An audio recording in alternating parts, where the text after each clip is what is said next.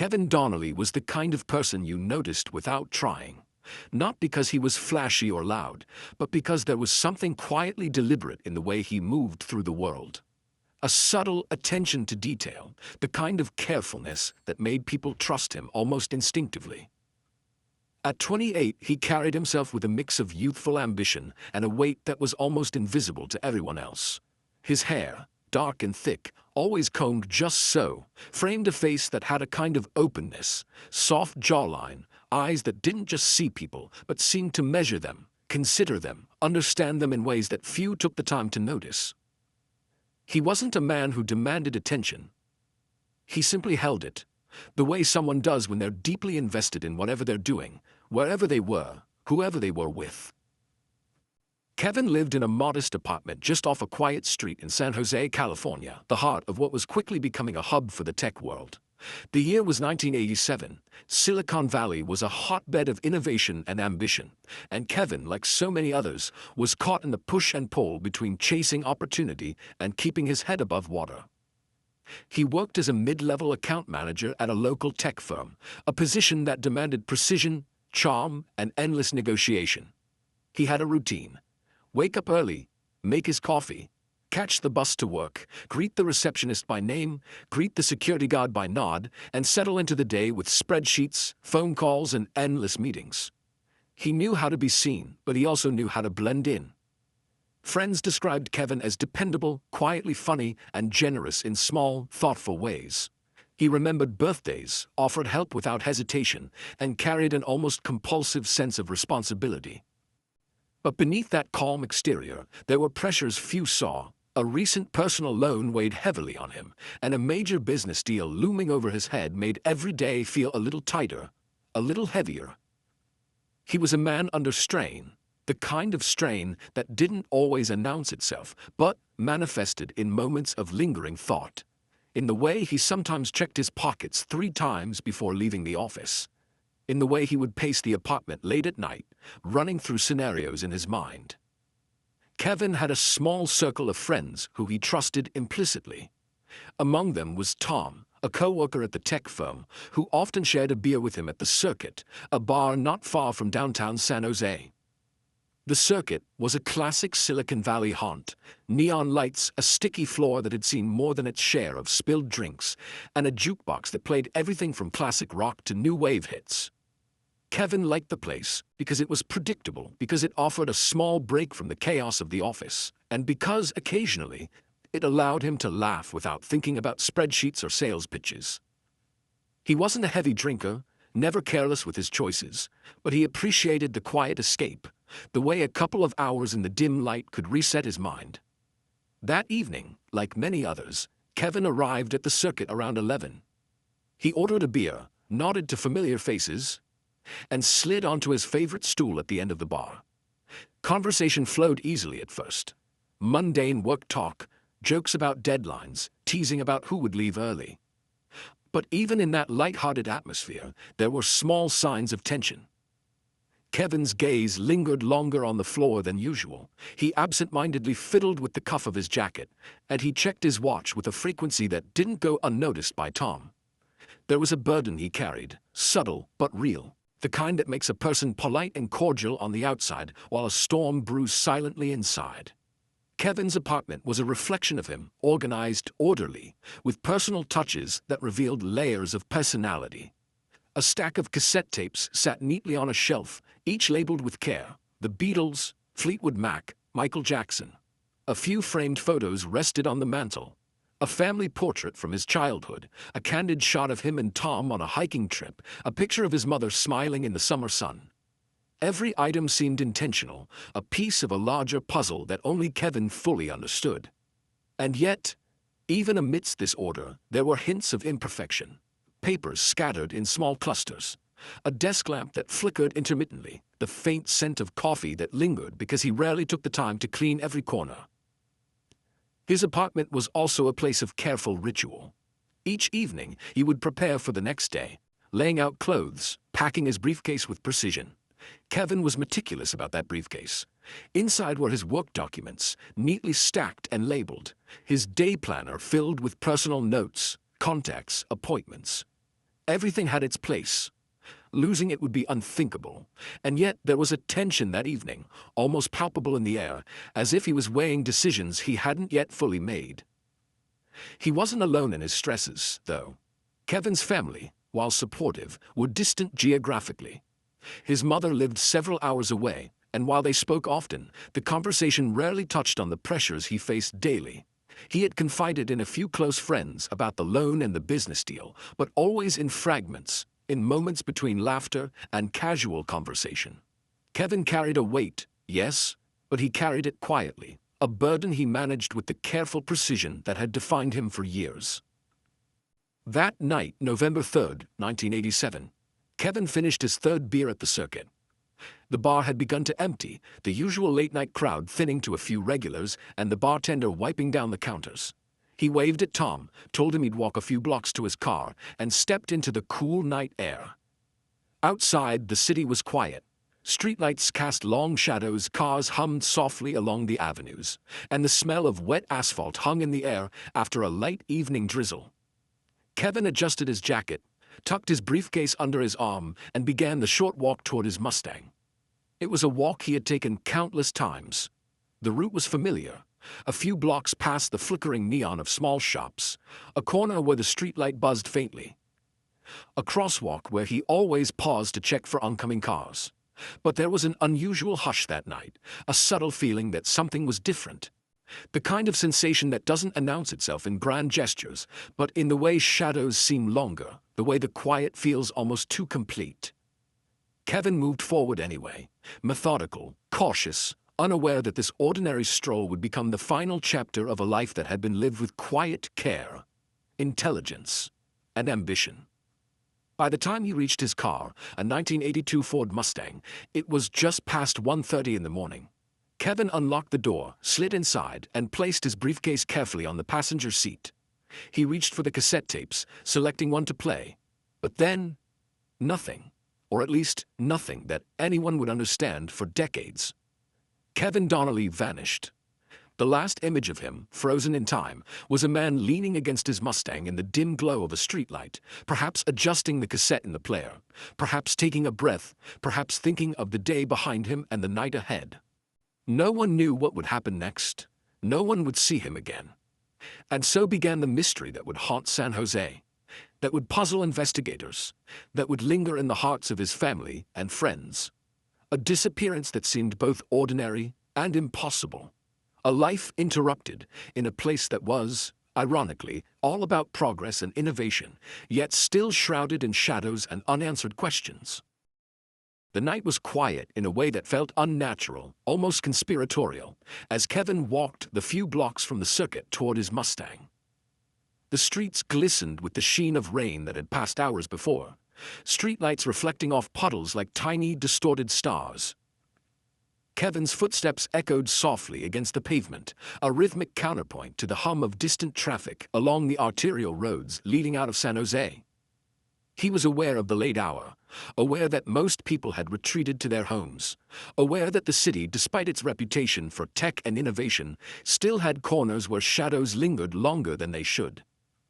But he walked with a practiced calm, a man confident in his routine, unafraid of the night he had traversed countless times. The Mustang was parked where he always left it, its glossy black paint reflecting the neon glow of a nearby liquor store sign. Kevin unlocked the door with the familiar click, sliding inside and placing his briefcase neatly on the passenger seat. The cassette he had chosen sat waiting. He inserted it into the player, the faint whirring filling the small cabin with soft melodies. He paused, adjusting the seatbelt, exhaling slowly. He had no inkling that someone or something was watching, waiting, or that the night was about to fracture the ordinary into something unthinkable.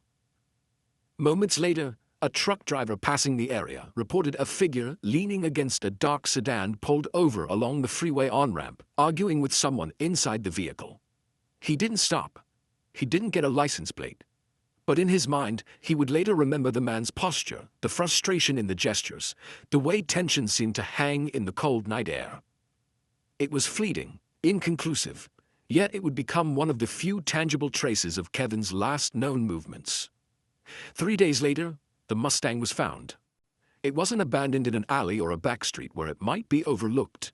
It was carefully parked in a long-term lot near the I-680 and Route 237 interchange in Milpitas, some 20 miles from where Kevin had last been seen.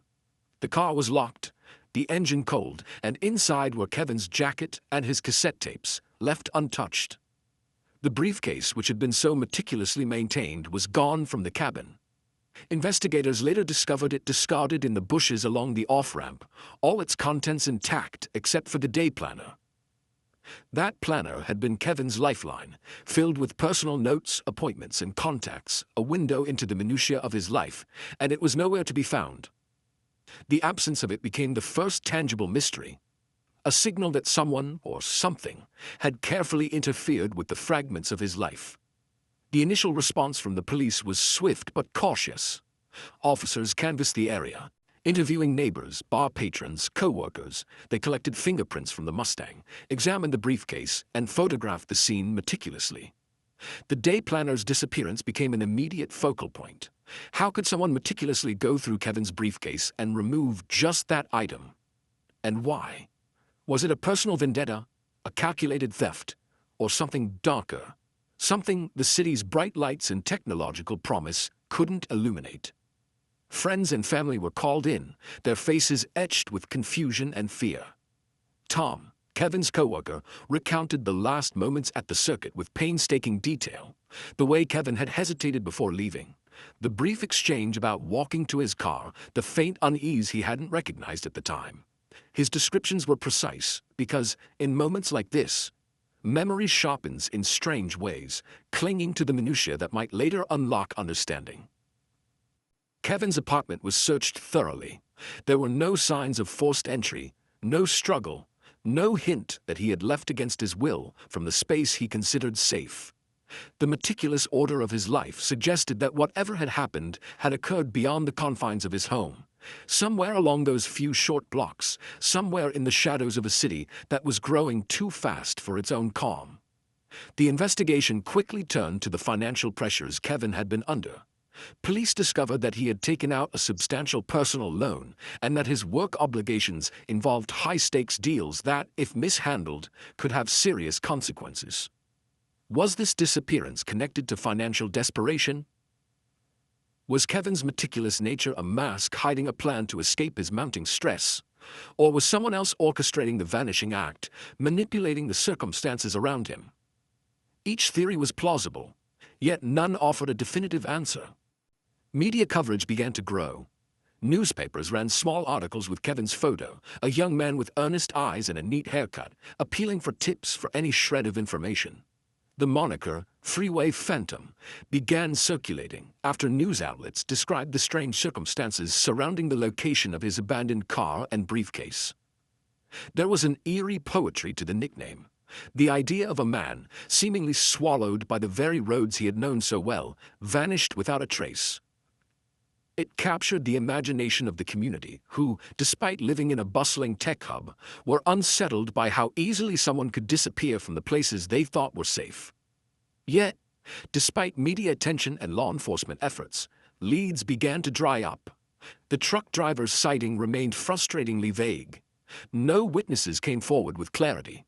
The day planner's absence provided no further clues, and the trail ran cold almost immediately.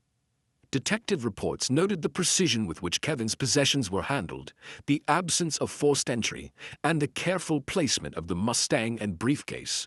Small details that hinted at planning, at intention, but offered no answers about motive or perpetrator. The family's anguish grew with each passing day. Kevin's mother described nights spent listening to the phone, hoping for a call that never came. Friends and co-workers replayed their last conversations with him endlessly, dissecting words, gestures, and silences for hidden meaning. Every unanswered question became a weight, pressing on hearts already struggling with fear and grief. The absence was palpable, a presence of its own that filled rooms and streets alike. Investigators attempted to reconstruct the timeline meticulously. Kevin left the circuit around 1:30 a.m. His car was found 3 days later, 20 miles away. The briefcase was discovered along the off-ramp, stripped of its day planner. The argument seen by the truck driver became a tantalizing yet frustrating clue. They tried tracing phone records, checking bank transactions, talking to business associates, but every thread led only to dead ends. Kevin's disappearance was no longer just a missing person case. It was an enigma, a puzzle that refused to be solved. And yet, even in those early frantic days, there was a faint glimmer of pattern. Police noted the unusual care with which Kevin's possessions had been handled. His day planner, the one item removed, suggested the perpetrator knew its value, not as a work document, not as a mere notebook, but as a window into Kevin's life. Whoever had taken it understood him in ways the rest of the world could not. That understanding became the first whisper of a larger story, one that would take decades to uncover. The streets where Kevin disappeared, the freeway ramps where his car and briefcase were found, the small neighborhoods and quiet bars, each held a ghostly weight. People remembered the ordinary details, the way the streetlight flickered near the corner, the faint smell of exhaust from passing cars, the sound of tires on wet pavement. And in those ordinary details lay the extraordinary mystery. A man gone, a life disrupted, questions that demanded answers, yet offered none. By the end of that first week, Kevin Donnelly's disappearance had become the talk of the community. Everyone had a theory, a suspicion, a memory that might hold significance.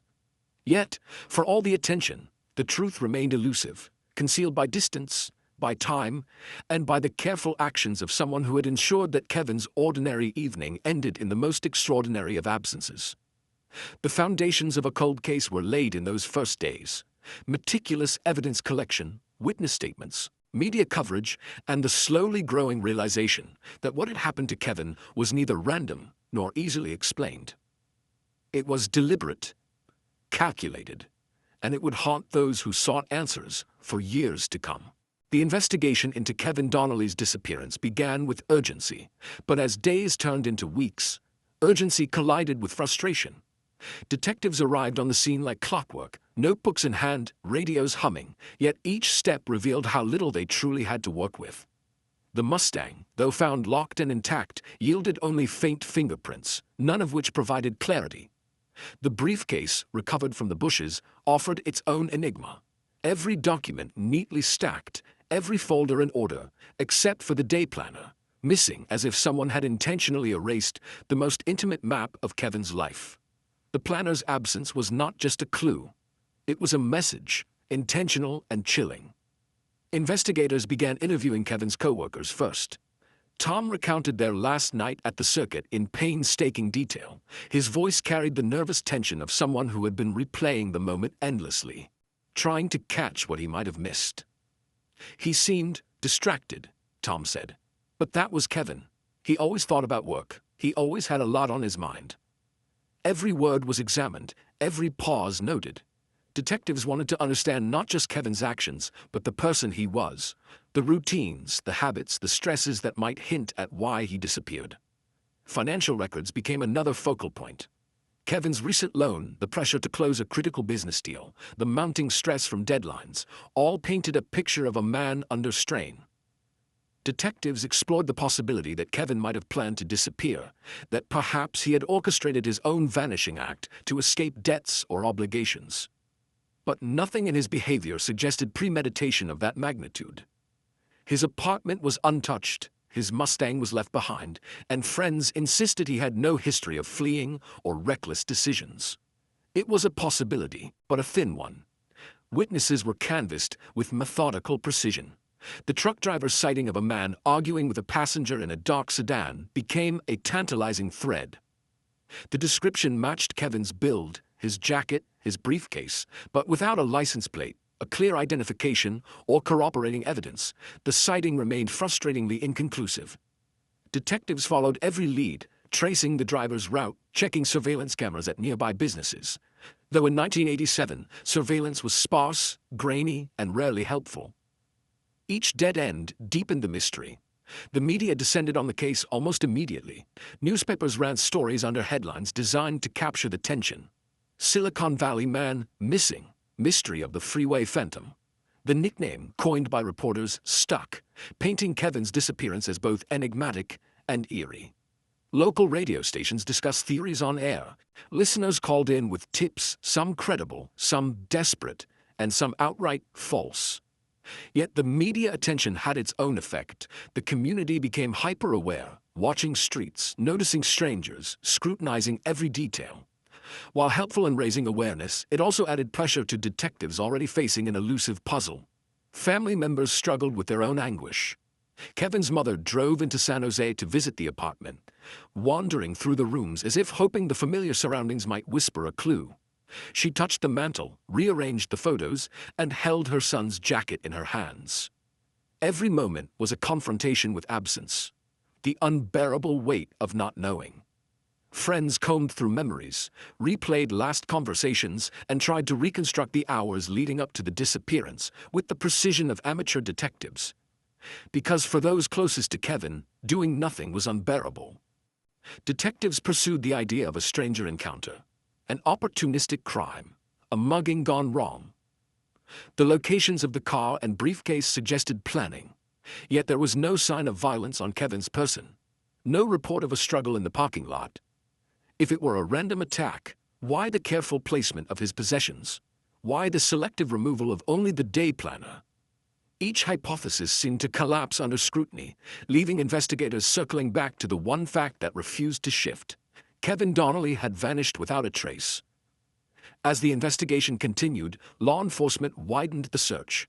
They traced every known contact in Kevin's life: co-workers, neighbors, friends, casual acquaintances. Detectives asked questions meant to reveal grudges, hidden debts, or disputes. Each interview was an exercise in patience, trying to discern truth from anxiety, relevance from coincidence. They followed financial leads, scrutinized the loan paperwork, traced phone calls, and contacted businesses associated with Kevin's work. The trail was frustratingly fragmented, each clue offering possibilities but no answers. The freeway itself became a place of obsession. The I-680 and Route 237 interchange, where the Mustang had been parked and the briefcase discovered, was scoured repeatedly. Investigators imagined scenarios: a brief confrontation on the shoulder, a meeting that turned dangerous, a man forced into a car, or a voluntary decision to leave. Yet nothing concrete appeared, no witnesses, no physical evidence beyond what had already been collected. Each sweep only deepened the sense of unease. The freeway, a place meant for movement and connection, had become a stage for disappearance and mystery. Months passed and the case grew colder. Detectives filed detailed reports, cross-referenced missing persons across the region, and compared similar incidents, searching for patterns. Friends and family continued to hope, clinging to the possibility that Kevin had somehow walked away. Yet every unreturned call, every unanswered lead, eroded that hope. The initial urgency gave way to a relentless, quiet grief, an ongoing tension between believing he might still be alive and fearing the worst. Public interest fluctuated, rising and falling like waves. Occasionally, someone would come forward with a tip, someone who thought they saw Kevin, someone who claimed knowledge of a dark sedan near the freeway, but none provided actionable evidence. Detectives documented everything, yet frustration was palpable in every meeting, in every exchange with family members, who demanded answers that could not be given. The sense of helplessness was pervasive, an almost physical presence in every discussion.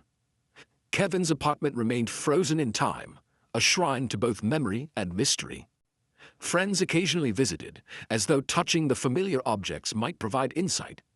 They noted the neat stacks of cassette tapes, the carefully organized folders in the briefcase, the empty space where the day planner should have been. Every small detail was a reminder of his absence, a testament to the fact that life had been interrupted with precision. Detectives tried to piece together a psychological profile of what might have happened, drawing on the few witnesses, Kevin's behavior, and the strange circumstances of his disappearance. They considered the possibility of a planned abduction, a targeted crime, or a voluntary disappearance. But every thread tangled with another, every clue contradicted itself, and the profile remained frustratingly incomplete. It was as if Kevin had been erased, not by accident, but with careful, deliberate intent. And in the midst of all this, life continued. Colleagues returned to work, family tried to reclaim routines, and the city around Kevin moved forward with its usual hum of traffic, technology, and ambition. Yet for those closest to him, the disappearance was a persistent ghost, threading through conversations, memories, and quiet moments in ways that nothing else could.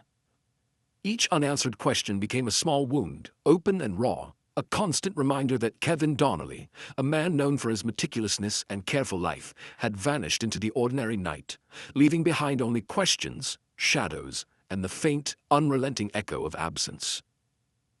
As the months stretched into years, Kevin Donnelly's disappearance became less of an active investigation and more of a quiet, lingering ache. The urgency that had once driven detectives gave way to a slow, methodical approach, as case files thickened with paperwork but thinned with answers. Every lead that had once glimmered with hope faded into shadow. Tips turned cold, witness memories blurred, and the trail that might have once led somewhere had evaporated into the night. Kevin's case became one of those haunting mysteries that settles into the fabric of a community, whispered about in cafes, remembered in passing by co-workers, and carried quietly by those who loved him. His apartment, left largely untouched by investigators, remained a silent testament to the life he had lived. Friends occasionally visited, sometimes under the pretense of tidying up, sometimes simply to sit in the quiet and feel close to him. The briefcase, now carefully stored by police evidence, remained incomplete without the day planner, and that missing piece gnawed at everyone who remembered Kevin.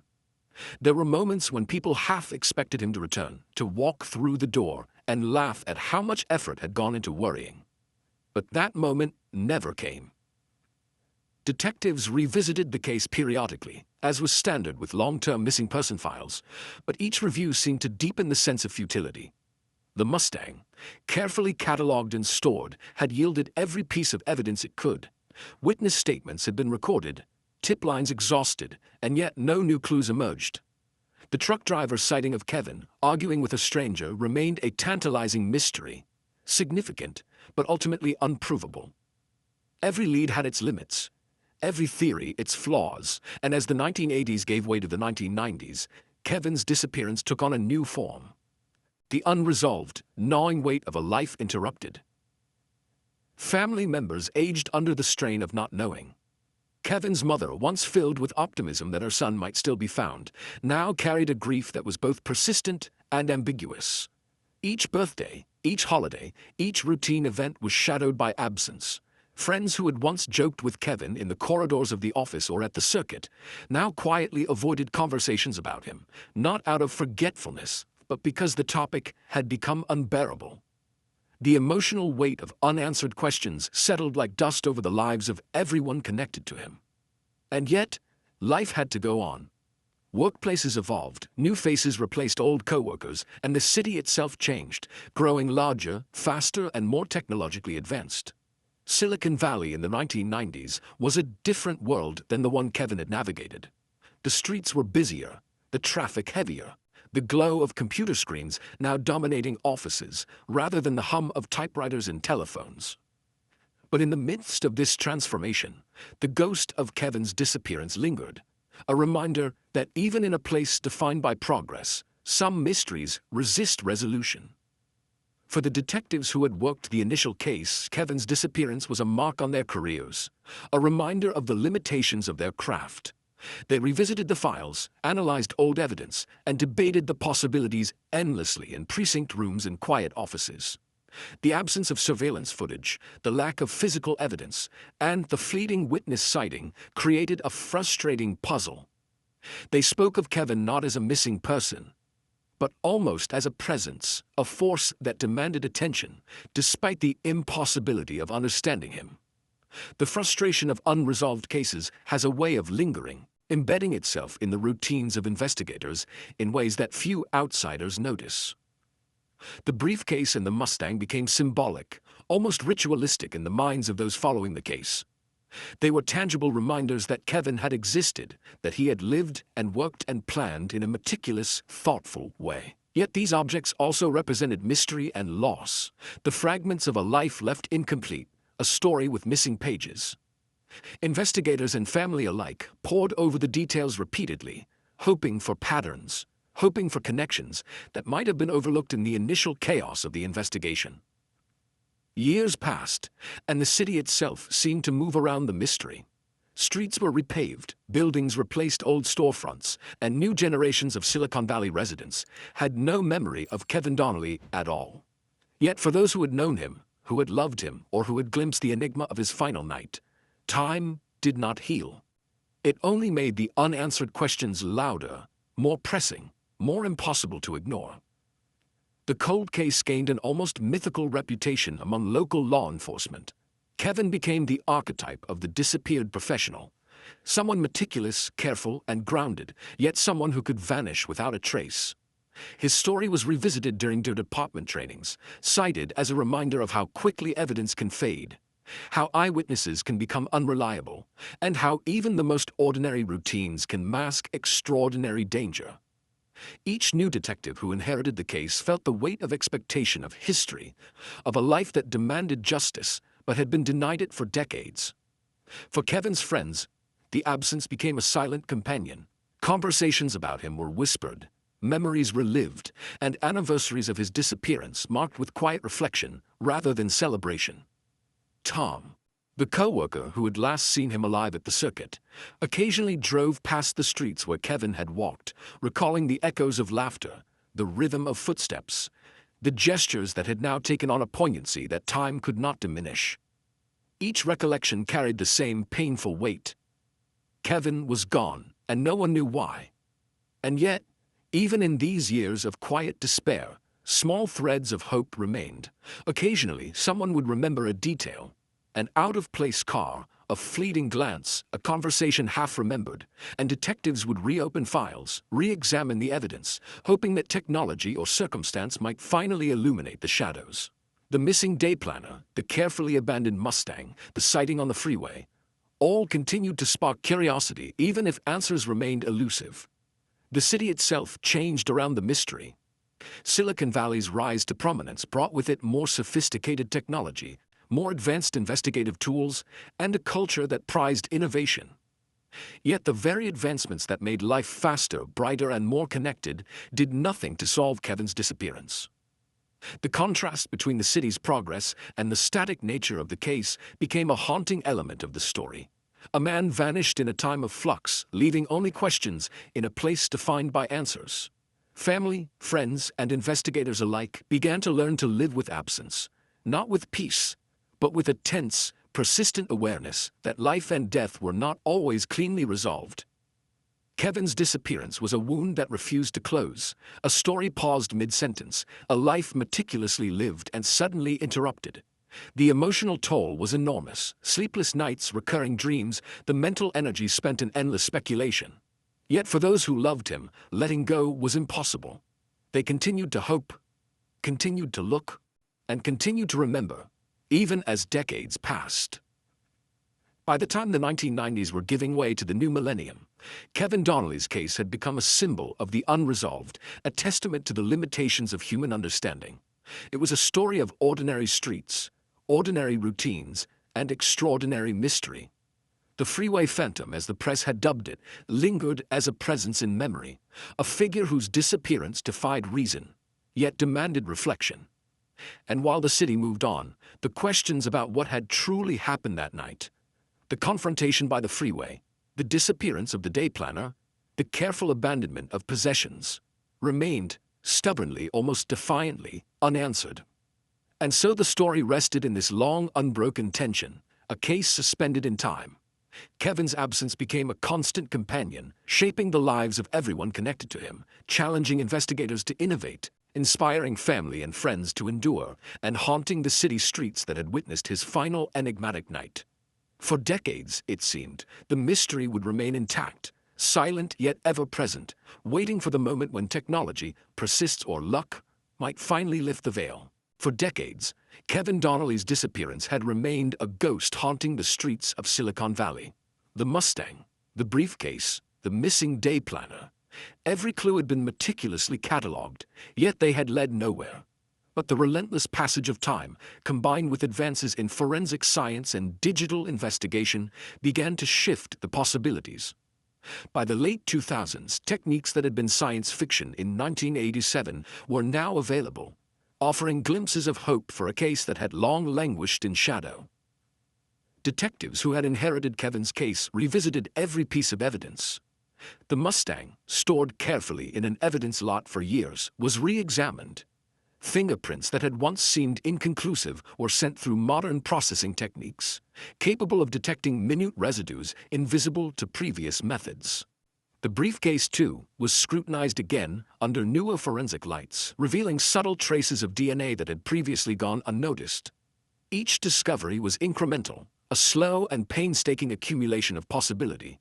But in a case this cold, every small lead was monumental. At the same time, the culture of investigation had changed.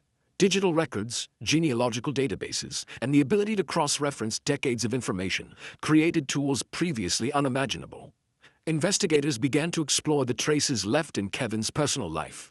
The contacts, the financial transactions, the people he had interacted with in the months before his disappearance. Every email, every recorded transaction, every trace of communication became a potential thread. The case, dormant for 20 years, was stirring once more. The breakthrough came from a combination of DNA technology and dogged detective work. Small samples collected from the briefcase and the Mustang, microscopic, barely detectable, were finally analyzable. A trace of biological material, which could have been overlooked as trivial at the time, became the cornerstone of new investigation. Forensic genealogists began constructing family trees, looking for connections, for distant relatives, for anything that might link to a potential suspect. The tools were sophisticated, meticulous, and capable of threading through decades of uncertainty. Detectives also revisited witness accounts with a fresh perspective.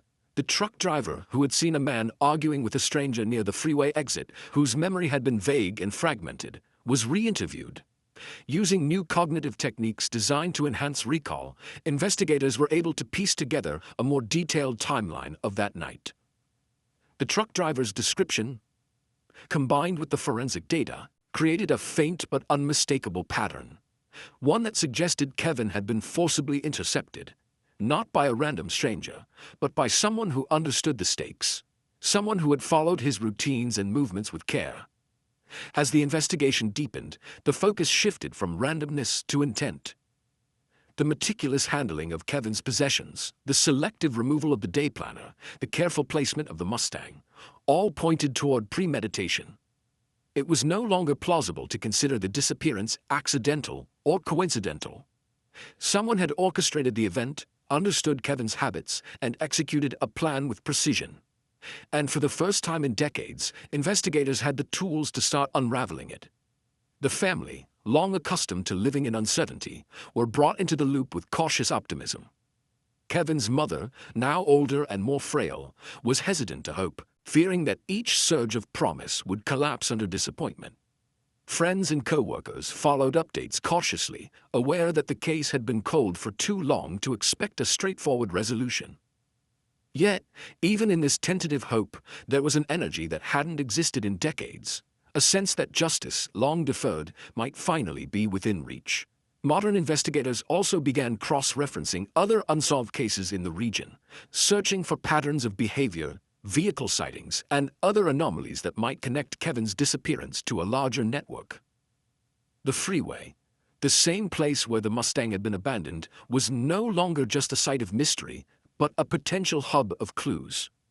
Traffic patterns, nearby residences, and even old construction sites were analyzed for historical context, looking for places where an abductor might have had opportunity, privacy, or access. Each detail was small, incremental, yet necessary, building a mosaic from fragments long ignored. What emerged was a portrait of opportunity and method. Kevin had been intercepted at a moment of vulnerability, a solitary walk to his car, a night of relative quiet. The person or persons responsible had anticipated his routines, understood his habits, and taken advantage of his trust in the ordinary. Yet the level of precision suggested more than a simple crime of chance. It suggested someone who had studied him, who knew what they were doing, and who had gone to great lengths to leave the crime both hidden and tantalizingly visible. In the months that followed, as the DNA and genealogical work progressed, investigators began constructing a list of persons of interest. The focus was on individuals who had access to Kevin's life in subtle ways, people who might have observed, manipulated, or coerced him. Background checks, employment histories, and long-forgotten associates were all revisited, analyzed, and cross-referenced against the physical evidence. The case, once dormant and cold, now pulsed with renewed life, driven by technology, persistence, and the unwavering belief that Kevin's disappearance could be solved. And then, finally, a name emerged from the shadows. The combination of DNA evidence, genealogical tracing, and meticulous investigative work pointed to an individual who had lived quietly, unassuming, and unnoticed for decades.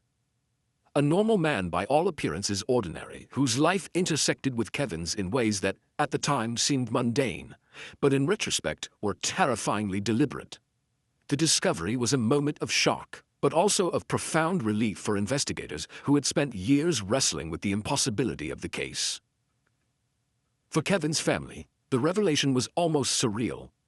A man they had never met, a life that had unfolded quietly beside theirs, was now linked to the disappearance that had shaped so many years of grief. The identification didn't erase the pain, but it gave it context, provided answers to questions that had long lingered, and offered a path toward justice, delayed but finally attainable. Even for detectives, the moment was profound. Years of dead ends, frustration, and emotional labor had culminated in a breakthrough that, while technically just another piece of evidence, carried emotional resonance far beyond its scientific significance. They had navigated decades of silence, uncertainty, and human frailty, and finally found a thread that connected the past to the present. It was the first step toward resolution in a story that had seemed forever frozen. And yet, as the suspect's identity became known, so too did the complexity of human emotion. Kevin's disappearance had not occurred in isolation. It had rippled outward, shaping careers, friendships, and family bonds. Investigators reflected on the fragility of life, the precision with which evil can operate, and the resilience of those who refuse to let a loved one's story fade into obscurity. The breakthrough was not just scientific, it was profoundly human. It was hope, persistence, and grief converging into a single unstoppable force. With the identification of a potential suspect, the investigation into Kevin Donnelly's disappearance shifted from theory and frustration to focused, methodical pursuit. What had been decades of silence suddenly became a flurry of activity: phone calls, subpoenas, interviews, and cross-referencing years of data. For the first time in more than 20 years, the possibility of answers felt tangible, almost within reach, and everyone involved moved with a precision born of urgency and hope. Detectives revisited old leads, re-interviewing individuals who had been peripheral to the case, but whose knowledge now carried new weight. The truck driver, who had seen Kevin arguing with the passenger of a dark sedan on the night of November 3, 1987, was called again. With the guidance of trained cognitive interviewers, he provided additional details: the precise position of the vehicle, the fleeting expressions on the men's faces, subtle gestures he hadn't noticed before. Each recollection, though incomplete, added depth to the timeline, confirming patterns investigators had begun to suspect. Meanwhile, genealogical research became a central tool in linking the suspect to the physical evidence recovered decades earlier. DNA collected from the briefcase and Mustang was cross-referenced with distant relatives in public databases. Analysts worked meticulously, building family trees, tracing connections, and narrowing the pool of potential matches. Every branch examined, every distant cousin traced, was a painstaking step toward revealing the life of someone who had long lived in quiet anonymity. The science was precise, but it required human judgment, intuition, and persistence. The investigators began mapping relationships, uncovering patterns of proximity, shared workplaces, and overlapping social circles. What had once appeared random now revealed a chilling intentionality. The suspect had been aware of Kevin's routines, knew the streets he traveled at night, and had likely surveilled him in subtle, calculated ways. The meticulous handling of Kevin's possessions, the selective removal of his day planner, the deliberate abandonment of the Mustang, all fit a pattern of a person acting with foresight, patience, and precision. It was a portrait of premeditation, painstakingly reconstructed after decades of uncertainty. Detectives conducted background investigations, poring over years of employment records, residential history, and financial transactions. Every anomaly, every unexplained movement, became a clue. Subtle discrepancies in addresses, unusual vehicle registrations, and fleeting interactions with individuals connected to Kevin began to coalesce into a story that had previously been invisible. It was like watching a mosaic form from fragments that had lain scattered across time, a pattern emerging that could only be seen with patience, expertise, and the benefit of modern technology. The search for corroborating evidence led to new interviews with people who had been peripheral witnesses decades earlier. Neighbors recalled a car that had appeared and disappeared at odd hours, a man who lingered in the area without reason, or casual interactions that seemed insignificant at the time, but now carried weight. Investigators cross-referenced these memories with traffic logs, employment records, and patterns identified through DNA analysis, and the threads began to converge. Throughout this process, Kevin's family and friends were kept informed with cautious optimism. Each update was measured, tempered by decades of disappointment, but there was a quiet energy in the air, a sense that finally, the story of Kevin's disappearance could be completed. His mother, long accustomed to the ache of unanswered questions, felt a mixture of hope and trepidation. Each new detail was a step toward understanding, but also a reminder of the profound gravity of what had occurred. As investigators pieced together the narrative, the night of November 3, 1987, began to take shape with clarity previously unimaginable.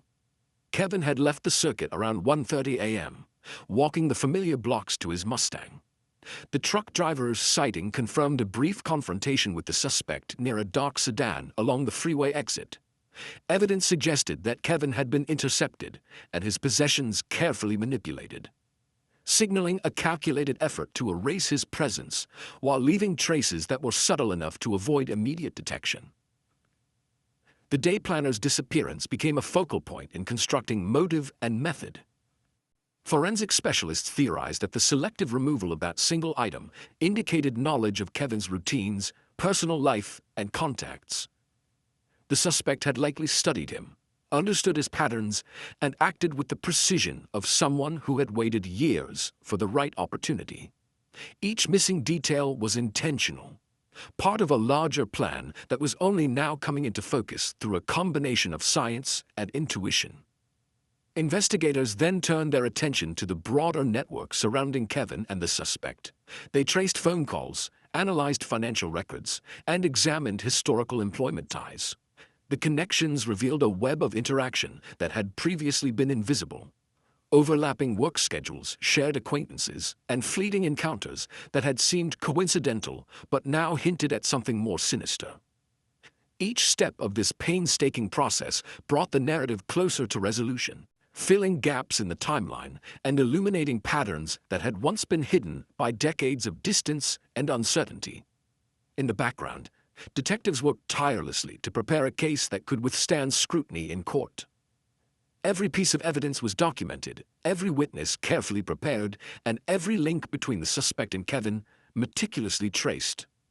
The work was both technical and emotional, balancing the rigor of legal standards with the weight of decades-long human suffering. It was a process defined by patience, persistence, and an unwavering commitment to uncovering the truth. Finally, after months of cross-referencing, interviewing, and analyzing, the evidence converged. Investigators had mapped the suspect's movements on the night of Kevin's disappearance, linked DNA traces to him conclusively, and reconstructed the events leading to the interception at the freeway. The combination of genetic data, witness recollections, and forensic detail created a compelling narrative. Kevin had been confronted, his possessions manipulated, and he had been taken by someone who had studied his routines and acted with deliberate intent. The search for truth, once obscured by the passage of time, had finally yielded clarity. Kevin's disappearance was no longer a mystery without direction. It had a narrative, a sequence of events, and a person responsible. The painstaking work of decades, combined with the advances of modern technology, had transformed despair into actionable knowledge. For the first time in more than 20 years, Kevin's story could be told in full, and the possibility of justice became tangible. And yet, even with the breakthrough, the weight of the past remained. Kevin's family reflected on the years spent in uncertainty, the grief that had shaped their lives, and the enduring mystery that had haunted them. For investigators, the case was a reminder of both the limitations and the potential of their craft. Even in the darkest, coldest cases, persistence and innovation could eventually illuminate the shadows. The pursuit of truth, though delayed, was never futile. The moment the investigators finally put a name to the person responsible for Kevin Donnelly's disappearance was both surreal and electrifying. After decades of silence, uncertainty, and relentless speculation, the quiet man who had lived among them, someone who seemed ordinary, who had faded into the background of the Silicon Valley streets, was suddenly no longer invisible. The revelation itself was almost anticlimactic. A single name on a file, a single photograph that matched memories long stored in the minds of those who had been close to Kevin. But the impact was seismic. For Kevin's family, it was a collision of relief and horror. Relief, because for the first time in decades, they had a person who could be held accountable, a name attached to the void that had shaped their lives. Horror, because the idea that someone had acted with calculated precision, had studied their son's routines, and had removed him from their world with such intent was almost impossible to comprehend. Kevin's mother wept quietly in her living room, the weight of years pressing down, a grief mingled with vindication.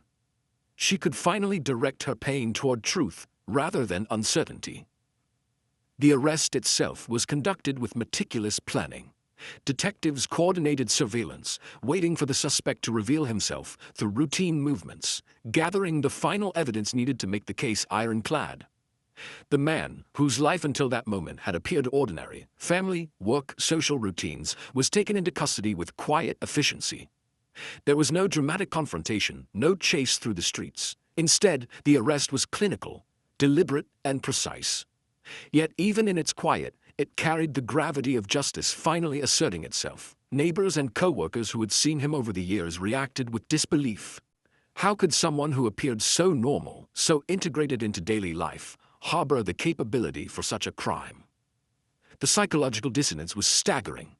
For decades, Kevin's disappearance had been a ghost story in the community, a mystery that everyone whispered about, but no one understood. Now, that story had a face, a person who had acted with patience, cunning, and meticulous care. The revelation challenged their assumptions, forcing them to reconcile everyday familiarity with the extraordinary crime he had committed.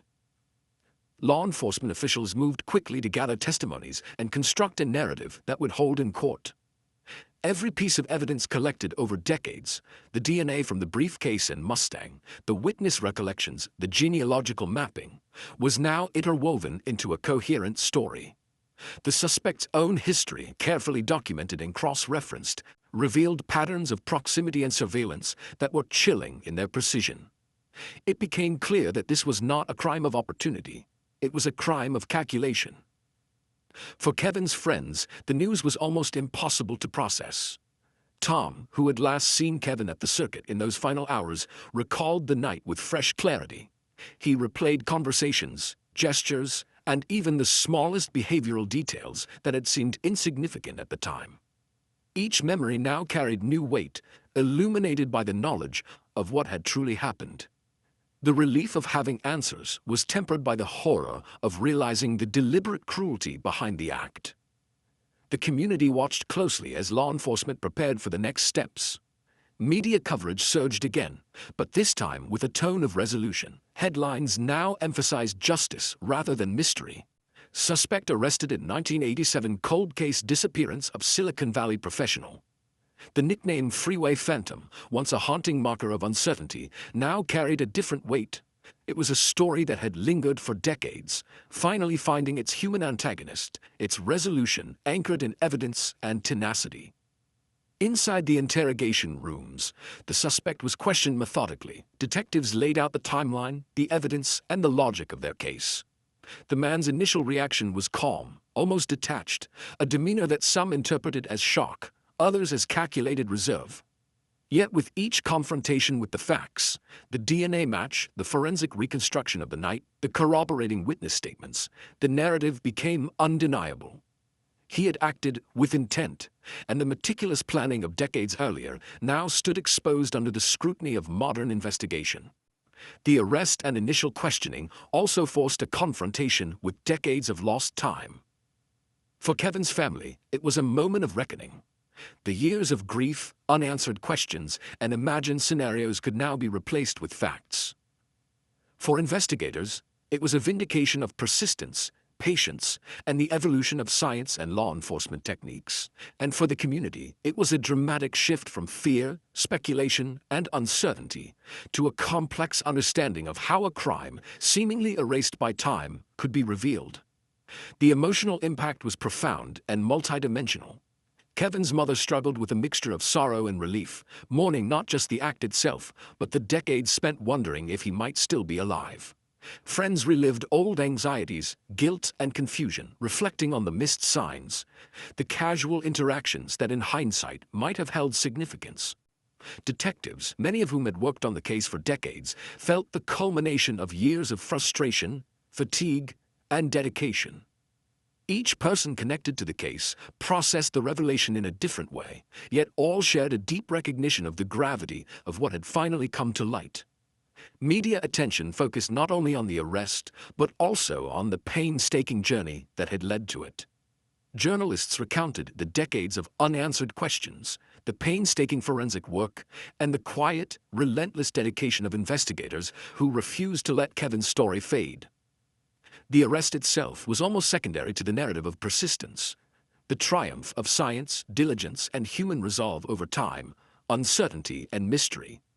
The story resonated with people far beyond the Silicon Valley area, serving as a testament to what can be achieved when cases are never truly abandoned. For law enforcement, the case became a model of cold case resolution. It illustrated the importance of preserving evidence, the potential of forensic technology, and the role of innovative investigative methods. The collaborative effort between detectives, forensic analysts, and genealogical experts underscored the evolving nature of crime-solving, demonstrating how decades-old mysteries could finally be addressed. Kevin Donnelly's case, once emblematic of frustration and uncertainty, had now become a landmark in the history of investigative perseverance. And yet, even as the suspect sat in custody, the emotional journey continued. Kevin's family had to reconcile the closure with grief, the relief with anger, the answers with decades of absence. Friends had to process the duality of understanding what had happened while mourning what had been lost. Investigators had to transition from pursuit to preparation for prosecution, ensuring that every detail would withstand scrutiny in court. The city, too, had to confront the unsettling reality that evil can live unnoticed among ordinary life, and that sometimes the passage of decades is required before the truth emerges. Through it all, one reality remained undeniable. Kevin Donnelly, meticulous, cautious, and full of life, had been taken from his world by someone who had studied, calculated, and acted with precision. The revelation of the killer, the arrest, and the exposure of the truth did not erase the pain, but it provided direction for justice. The haunting questions that had lingered for decades could finally be answered, and the freeway phantom, once an enigma, now had a name attached to the shadow. The courtroom was quiet, almost reverent, as the trial began. After more than 3 decades of unanswered questions, Kevin Donnelly's disappearance had transformed into a legal narrative, a story that demanded both precision and humanity. For the family, friends, and investigators who had carried the weight of uncertainty for so long, the courtroom was both a space of reckoning and a place of fragile hope. The air was thick with emotion, a mixture of anticipation, anxiety, and the strange relief of finally confronting the man who had altered the course of so many lives. Kevin's mother sat in the front row, her hands clasped tightly, knuckles white. Every movement, every expression of the attorneys, every subtle gesture from the defendant was magnified in her perception. Decades of grief had accumulated into a quiet, simmering tension, and now, after years of living with absence, she was confronted with the reality of closure, or at least the closest thing to it the law could offer. Friends and co-workers filled the seats behind her, each carrying the emotional residue of years spent imagining, worrying, and replaying the final night over and over in their minds. The prosecution opened with a narrative that carefully reconstructed Kevin's life and disappearance, connecting decades-old evidence with modern forensic breakthroughs. DNA evidence, once invisible, now spoke with undeniable clarity. Witness accounts, long discounted or fragmented by time, were now corroborated by meticulous investigation. The Mustang, the briefcase, the missing day planner, they were no longer just enigmatic fragments of a cold case. They were tangible threads in a tapestry of intent, calculation, and crime. The courtroom hung on every word, the cadence of the narration almost cinematic, every pause weighted with decades of anticipation. The defense predictably sought to humanize the defendant, to frame the narrative in terms of ambiguity and uncertainty. But the prosecution was prepared, having reconstructed the events with a precision that left little room for doubt. Each detail was cross-referenced, each theory tested, each potential explanation scrutinized. The jury, guided by a combination of forensic clarity and narrative power, was gradually drawn into the story, seeing the meticulous orchestration of Kevin's disappearance unfold in stark, undeniable terms. Testimonies were emotionally charged. The truck driver who had seen Kevin arguing with a stranger decades earlier recounted his memory in painstaking detail, revisiting subtle gestures, vehicle placement, and timing. Investigators described the painstaking genealogical work that had identified the suspect, the forensic breakthroughs that finally brought clarity, and the painstaking reconstruction of Kevin's movements that night. Each witness, each piece of evidence, layered upon the last, creating a narrative that was both methodical and profoundly human. Kevin's friends shared recollections that painted a vivid portrait of the man himself.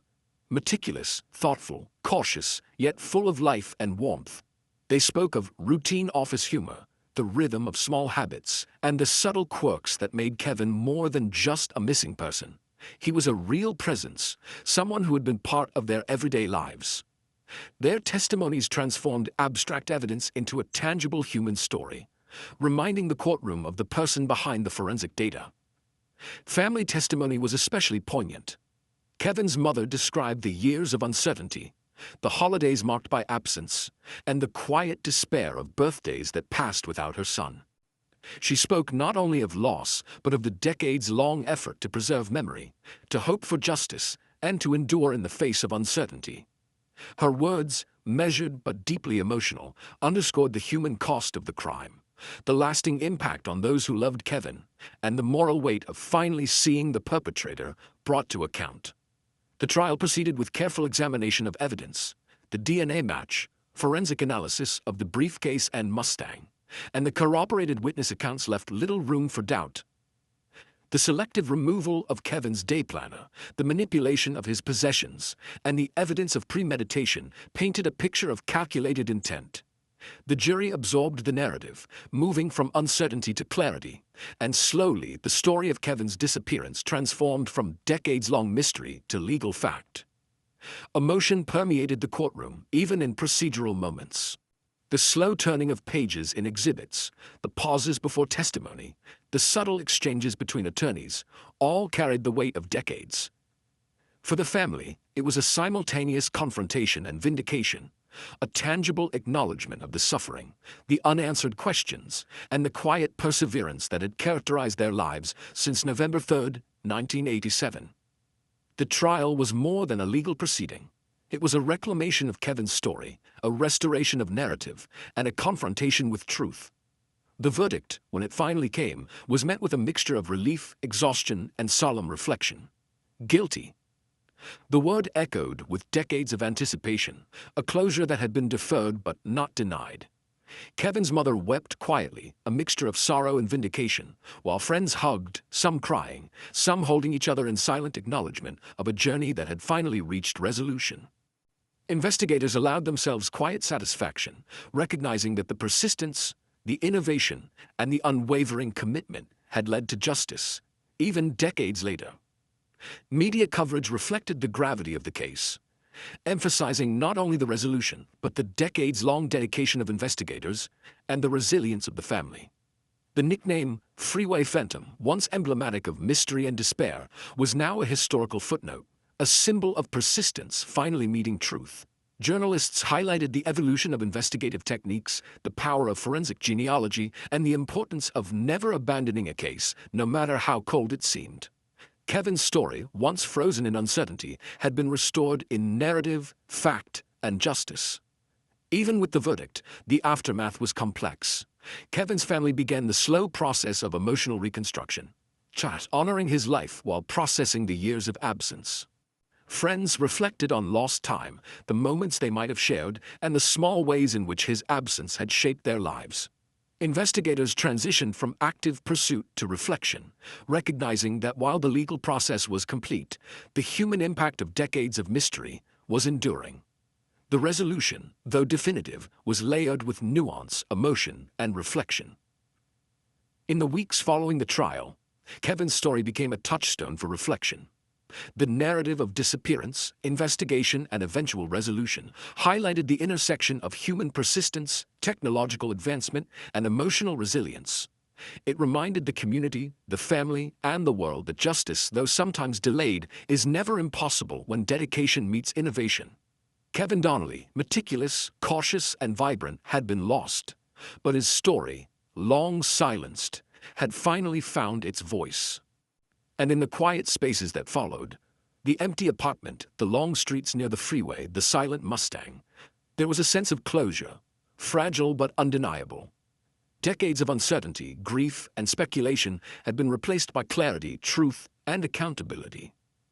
Kevin's life, though tragically interrupted, had been honored through perseverance, and the lessons of his disappearance and eventual justice would resonate for generations, reminding all who heard his story that even the coldest cases, the most enigmatic mysteries, could eventually find resolution.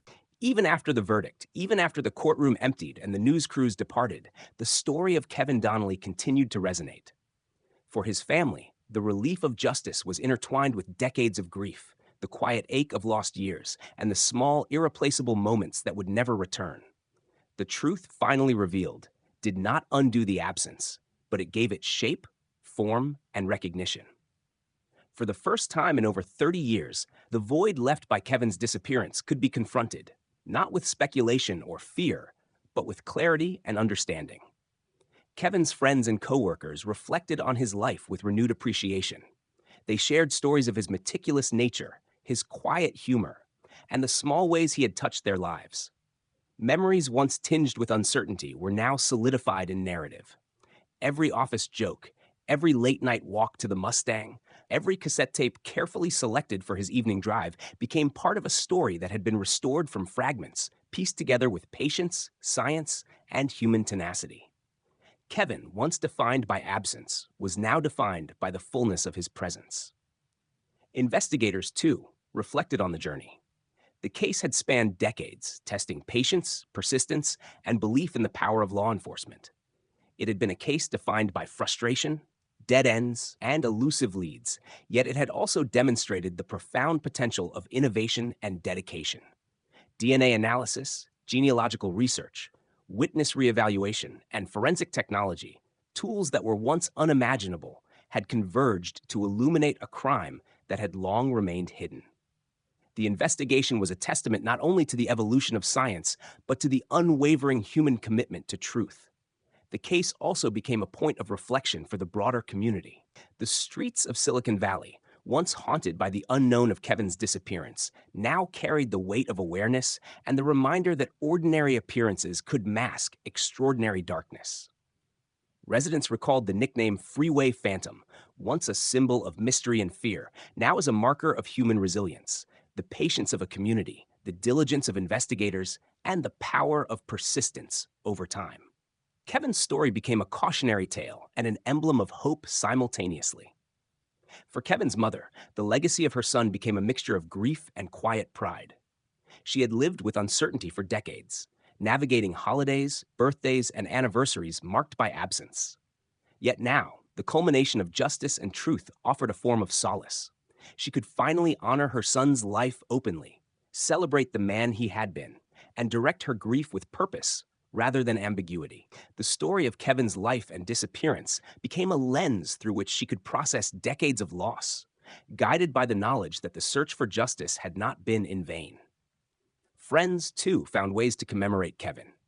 They organized gatherings in his memory, revisited places he had loved, and shared stories that had once been private, now rendered significant by the narrative of resolution.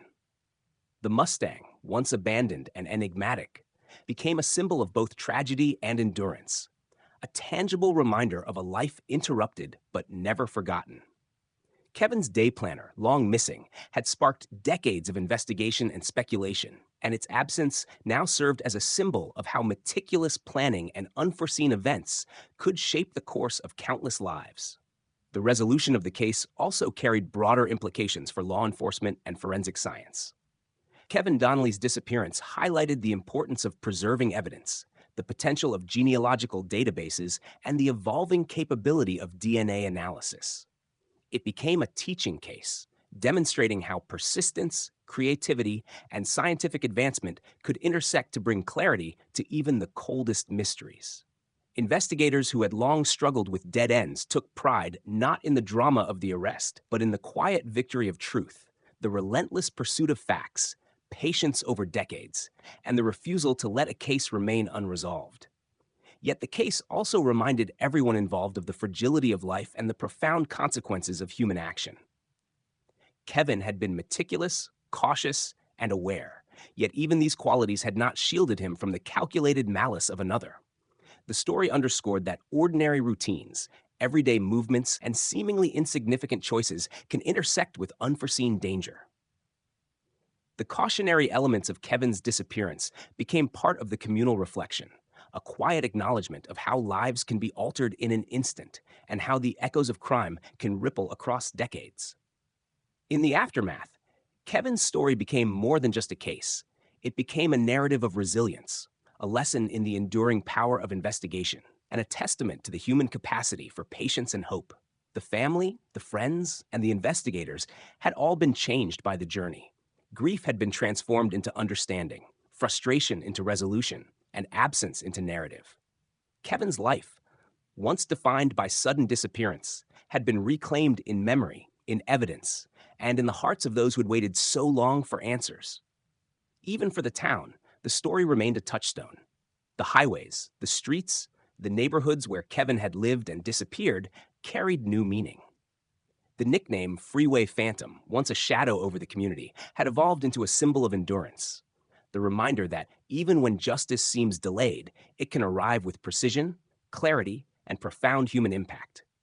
Kevin's story became part of local lore, not as an unresolved tragedy, but as a narrative of eventual truth and accountability.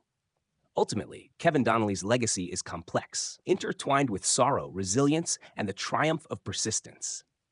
He was a man meticulous in life, defined by his routines and his care for the small details, and yet taken in a way that defied expectation. His story is a reminder that even ordinary lives can intersect with extraordinary crime, and that the passage of time does not erase the possibility of justice. The case demonstrates the evolution of investigative science, the enduring dedication of law enforcement, and the quiet power of hope sustained across decades. For those who loved him, Kevin's story is now a source of reflection, honoring both the life he lived and the impact of his absence. For investigators, it is a monument to patience, persistence, and innovation. For the community, it is a cautionary yet inspiring tale, a narrative of mystery transformed into clarity, of grief transformed into truth, and of a life once interrupted, reclaimed through the relentless pursuit of justice. In the end, Kevin Donnelly's story is a testament to the resilience of memory, the tenacity of human endeavor, and the enduring power of truth. Even in absence, his life mattered, and even in darkness, his story found light. It is a reminder that time, persistence, and human resolve can illuminate even the coldest, quietest corners of mystery, and that justice, though delayed, is never truly denied. Kevin's name, once whispered with uncertainty, is now spoken with clarity, remembrance, and reverence. And though the night of November 3rd, 1987, can never be undone, its shadows have been illuminated, its questions answered, and its story finally told in full.